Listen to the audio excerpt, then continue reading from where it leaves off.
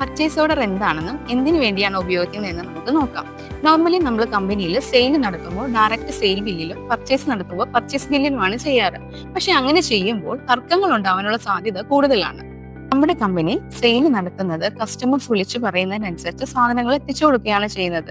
പക്ഷെ ഇങ്ങനെ എത്തിച്ചു കൊടുക്കുമ്പോൾ അവർ ഇത്രയധികം സാധനങ്ങൾ ആവശ്യപ്പെട്ടിട്ടില്ല എന്ന് പറഞ്ഞ് തർക്കിച്ചാൽ നമുക്ക് തെളിയിക്കാൻ തെളിവുകളൊന്നുമില്ല. ഒരു തെളിവിന് വേണ്ടിയിട്ടാണ് കസ്റ്റമേഴ്സിനോട് അവർക്ക് ഏതൊക്കെ സാധനങ്ങൾ വേണമെന്നും അതിന്റെ റേറ്റ്, അത് എത്ര ക്വാണ്ടിറ്റിയിലാണ് വേണ്ടത് എന്ന് ഉൾക്കൊള്ളുന്ന ഒരു ഓർഡർ ഫോം അല്ലെങ്കിൽ ഒരു റിക്വസ്റ്റ് ഫോം തയ്യാറാക്കി തരാൻ ആവശ്യപ്പെടുന്നത്.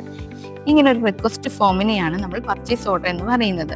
ഈ സെയിൽ ചെയ്യുന്ന സ്ഥാപനം പർച്ചേസ് ചെയ്യുന്ന സ്ഥാപനത്തിനോട് ഇങ്ങനെ ഒരു ഓർഡർ ഫോം തയ്യാറാക്കി തരണം എന്നുള്ളൊരു നിയമം മിക്ക സ്ഥാപനങ്ങളും വെക്കാറുണ്ട്. സാധാരണ നമ്മൾ സെയിൽ നടത്തുമ്പോൾ ഡ്രൈവറുടെ കയ്യിൽ അതിന്റെ സെയിൽ ബില്ലും ഡെലിവറി നോട്ടും കൊടുത്തുവിടാറുണ്ട്. കൂടാതെ നമ്മൾ ഈ ഒരു പർച്ചേസ് ഓർഡർ ഫോമും കൂടി കൊടുത്തു വിടുവാണെങ്കിൽ അവർക്ക് ഇത്രയധികം സാധനങ്ങൾ ആവശ്യപ്പെട്ടിട്ടില്ല എന്ന് പറഞ്ഞ് തർക്കിക്കാൻ പറ്റില്ല. ഇതിനു വേണ്ടിയിട്ടാണ് നമ്മളൊരു പർച്ചേസ് ഓർഡർ ഫോം തയ്യാറാക്കുന്നത്.